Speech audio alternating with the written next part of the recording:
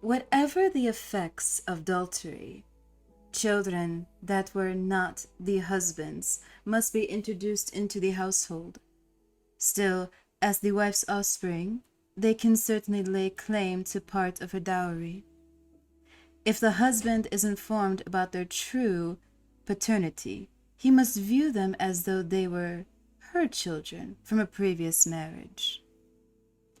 If he is uninformed, then he can't be unhappy, for you can't be unhappy about a misfortune that you're unaware of.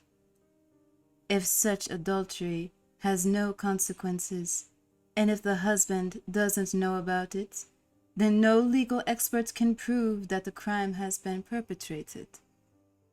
At this point, a wife's adultery is an act that is perfectly beyond the husband's ken, and perfectly good for the wife, who delights in it. Should the husband discover the adultery, it can't be wicked now, for it wasn't wicked before, and it can't have altered his character. There is no misfortune other than the husband's discovery. However, this problem is purely his own. It cannot regard his wife in the least.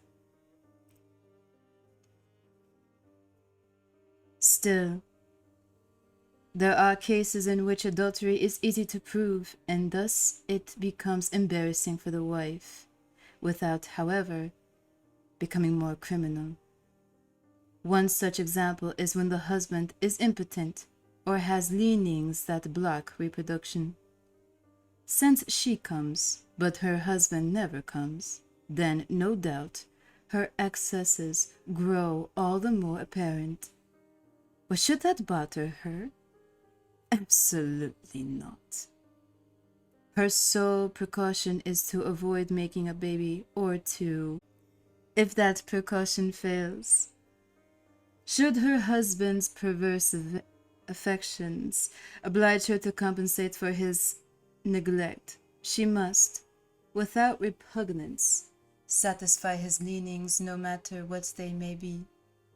She must then make him realize that such compliance really deserves certain benefits, that she requires total freedom in exchange for what she has granted him.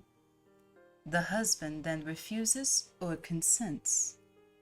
If he consents, as mine has done, then the wife can live life to the fullest without the slightest misgivings, and she must agree all the more to condescend graciously to his whims. If the husband refuses, then the wife can virtually wear a thicker veil and fuck tranquilly in her shadow. Is the husband impotent? Then the couple should separate, but every wife must still live life to the fullest. She fucks in any case, my darling, for we are born to fuck, and then when fucking, we are following the laws of nature, and every human law that flouts natural laws merely deserves our contempt.